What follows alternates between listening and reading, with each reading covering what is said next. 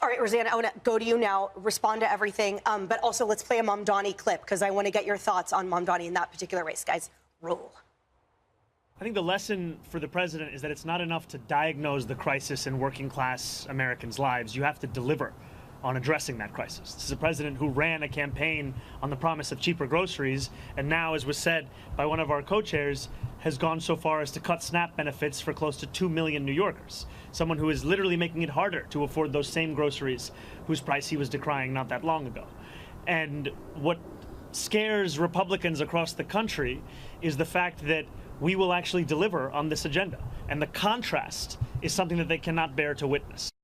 You interviewed him, first of all. I've interviewed him a bunch of times on Good Day New York. Listen, he's very charismatic. He knows the buzzwords. Sometimes his words can be into word salad, but he knows how to get everybody's attention. And I'm not so sure picking on the president on the first day that you've won the election is the smartest thing that you could possibly do. And yes, affordability is a problem in New York City for everyone. And you know what we're seeing? People are leaving, and it's because of taxes. Now Mr. Mamdani has run on tax the rich. They're the ones paying for everything. If they start moving, and they are. And you know how we know? Because we're getting a snapshot from the Department of Education. We now learned that at one point we had 1.1 million kids in New York City public schools. We're down to about 800,000. Wow. We've seen that many people move their families out of New York City for a number of reasons. Taxes, not happy with the way the public school system is going, dumbing down the curriculum to basically make sure that the lowest in the class is the focus rather than the one who's the smartest and making everybody rise. Listen, I'm an intrepid New Yorker. I've been singing to myself all day, we will survive, okay? Because we want New York to survive. Do I think Mr. Mamdani can do everything he says he wants to do? I don't know. We had Mayor Adams on our show this morning. He talked about the rent board. He gets 6 choices to stay on the rent board before he leaves office at the end of December. Those people will decide whether they're going to freeze the rent, which has also been one of the campaign slogans for Mr. Mamdani. So what I'm saying is Mr. Mamdani may not do everything that he says or promises, but like I said, we're intrepid New Yorkers. We'll get through this, and we're hoping for the best for New York City. Yeah, I woke up feeling so sad today, but also just praying a lot, knowing that God is in control and everything is going to be okay. But Kaylee, I want to get your thoughts on everything, but also this in particular. So we know that Mamdani won by a little over 1 million votes, 1,036,000. And the combination of Sliwa and Cuomo added basically about another 1 million. But the population in New York City is over 8 million. So is part of the issue for Republicans voter turnout? And is part of the issue that you're shaking your head no? Because they had the highest turnout since 1960. Yeah. But you guys, that's still the majority of people didn't vote. I mean, this is one of the bluest places in the country. I mean, that's a fact. Yeah. The last time there was a Republican mayor that won was Mike Bloomberg. You're going back to the early 2000s. That's my point. That I'm not saying. And normally, it, frankly, but I want to. Why not for Cuomo then? I think the reality is I want to hear what you have to say, actually. Normally a Democrat gets upper 60, 70%, and you had Mamdani nowhere near that. This is a deep blue jurisdiction. Democrats were divided on this. Republicans just aren't going to win the city. It's deeply blue. It's getting bluer. People are leaving the city. There's been a decrease 2% of millionaires in the city. There's been a decrease of 10%, those making $10 million or more. Those are the people he's going to need the money from. But wait, they're out. We already have in this city the #1 welfare and education spending of anywhere in the country. Very few results to show for it. But I like what The Economist said. They said the goal of affordability from Mamdani is worthy, but not his methods. His methods, as I just laid out, do not work. But Donald Trump's methods do work on this issue. Donald Trump gave Joe Biden, this is a fact, 1.4% inflation. You had Joe Biden that drove that up to 9.1%. Hand you 1.4, drive it up to 9.1. Donald Trump is successful 9 months in at bringing down prices. A dozen eggs, the price has dropped 79%. National average of gasoline dropped $3 per gallon in the first week of November. He beat market expectations in September with the inflation rate at 2.5%. Remember, it used to be at 9.1. Inflation-adjusted private sector wages increased by over 1,000. 30-year fixed mortgages, the nation was 6.7 at the end of October, 12% lower than when he took office. Donald Trump's policies are working. Last night, blue politicians won in blue cities. Do we need to get the messaging right heading into the midterms? Yes. But Donald Trump's methods, again, are working. Joe Biden's took us to 9.1% inflation. I've got the data, I've got the facts, and President Trump, I guarantee you, is going to share those facts in about 51 minutes. Your takeaways. Well, look, Democrats didn't just win in blue places. They broke the supermajority in the Mississippi state legislature. They flipped seats in Texas that had never even been competed recently. They, in parts of Virginia that are deep red, the average, I think, was 6 points towards Abigail Spanberger. In New Jersey, Mikey Sherrill got a bigger margin than Governor Murphy did a couple years ago. So it's not just that we won in blue places. Democrats won all over the country. And I think a few things are clear. Number one, when Donald Trump himself is not on the ballot, his ideas don't win.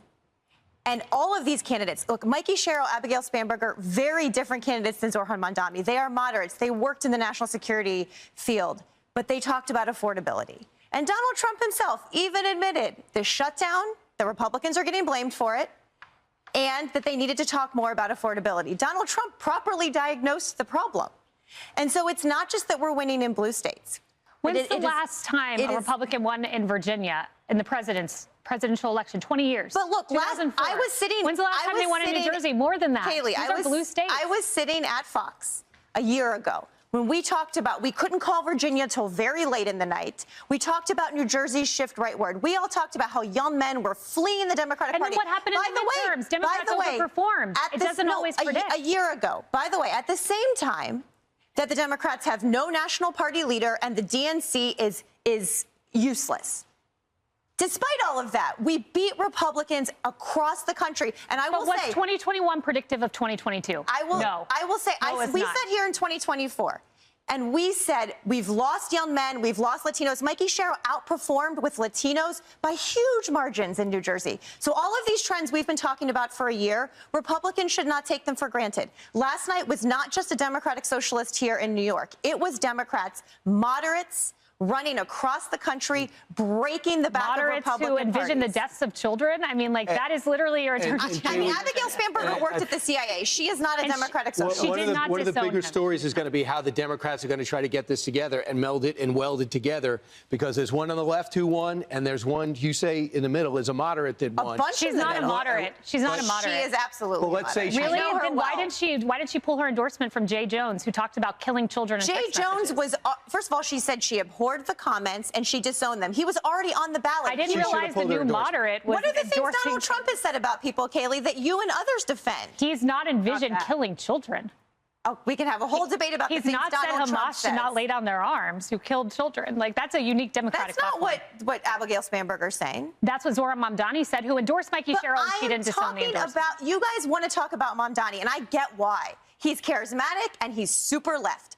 Democrats won in Mississippi, Ohio, Virginia, New Jersey, red parts of those states with moderates. And if Republicans don't want to admit that today, they're going to be in for a rude awakening next year. That's all I'm saying. Well, I think part of the shock, at least for me, it's not that he's charismatic. It's that he's blatantly anti-Semitic. It's that I don't think his methods are neophytic. I mean, it's an absolute travesty. And that there were candidates considered moderate who refused to denounce and condemn horrifically violent rhetoric. Yes. I think I'm just surprised that people voted for that. But a lot of Jews voted for him, Emily. Against it. But a lot of Jews voted for him. 33%. And a lot of Jews voted for him. And that breaks my heart.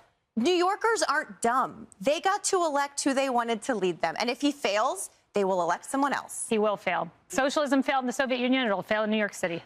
Well, we should all be rooting for that. Yes. Yeah. We should all be rooting for the city to succeed. Socialism's not going to succeed in New York if you want it to look the way it is right now.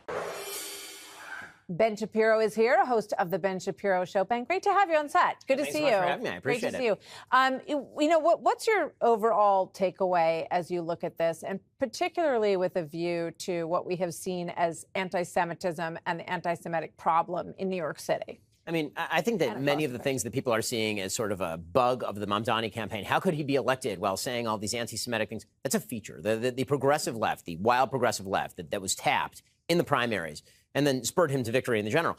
That progressive left is very, very fond of anti-Semitism. They're totally fine with not only anti-Israel feeling, but obviously with a candidate for mayor who said to you on the show that he obviously doesn't really care whether Hamas disarms. Like that was something that he didn't mind talking about, which is kind of an incredible thing.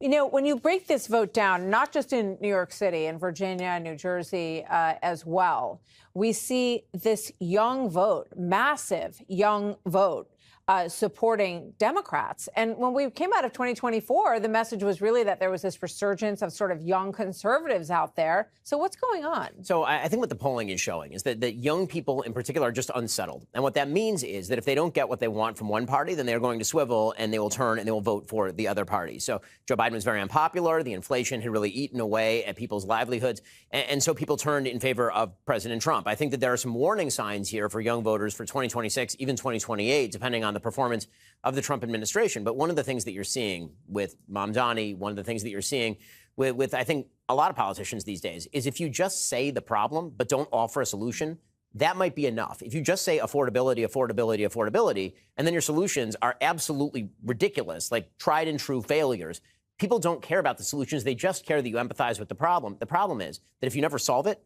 then you are going to continue to see this kind of pendulum swing for young people from right to left and then back to right and then back to left. It's like a generation of people, this is a big generalization, but who want to hear that they're seen. Yes, yes. And also who have been told. As long as you feel seen, it's okay. I think that's right. And I think they've been also told by their politicians, only I can solve the problem. So I see your problem, and it's not solvable by you. It's only solvable by me. And then, inevitably, it's not solvable by politicians. And then people get dissatisfied, so they turn to, the other politician. And, I'm sort of waiting for more candidates to arise who say, actually, most of the problems in your own life are solvable by you, actually, and you should take more actions in your own life to make it better. I'm curious what you think about Mamdani and his rhetoric and the speech last night, which the beginning of it was a lot of thank yous and hope for the future. And then all of a sudden it kind of took this pretty dramatic turn. And that did not go unnoticed by Van Jones. Watch. The Mamdani that we saw on the campaign trail, who was a lot more calm, who was a lot warmer, who was a lot more embracing, was not present in that speech. His tone was sharp. I think he was using the microphone in a way that he was almost yelling. And that's not the Mamdani that we've seen on TikTok and the great interviews and stuff like that. So I felt like there's a little bit of a character switch here. Sharp, and that he noted kind of a bit of a character switch. What do you think happened now that Mamdani is relieved from the burden of the campaign? I think that he is saying all the quiet parts out loud now. I mean, he was largely through the campaign, but you could kind of gloss it with the smarmy smile and all of that. But now he's just saying everything out loud. I mean, the line in that speech where he said that government should be involved in literally every problem in your life and care about even the smallest things is full-scale frightening to anybody who has any historical knowledge of how government has interacted with citizens historically. And when he went through, and the only people he was citing as authorities were Eugene V. Debs, an actual socialist, and Nehru, another actual socialist from India, and on a non-aligned party during the Cold War. I mean, it really does speak to what Mamdani wants to do. He says he's a Muslim and a socialist, and he's going to brag about those things. He's not going to be shy about those things. I mean, listen, we all know that he's a Muslim. We all know that he's a socialist. But the fact that he is proclaiming that capitalism is the problem in the financial center of planet Earth does not bode particularly well for the future of this city. You like to debate people who you have some disagreements with. Are you going to offer to sit down with him and have a discussion? I'd be more than happy to ask him some difficult questions, but you did a great job at that yourself. So, well, thank you, Ben. I would look forward to seeing your version as well. It's always good to see you, Ben Shapiro. So later tonight, one more tour, one more stop for Turning Point USA, Auburn University in Alabama. It's the next stop on the fall campus tour. There's one more after that in Berkeley. Eric and Lara Trump will headline the event honoring Charlie Kirk in his fight for free speech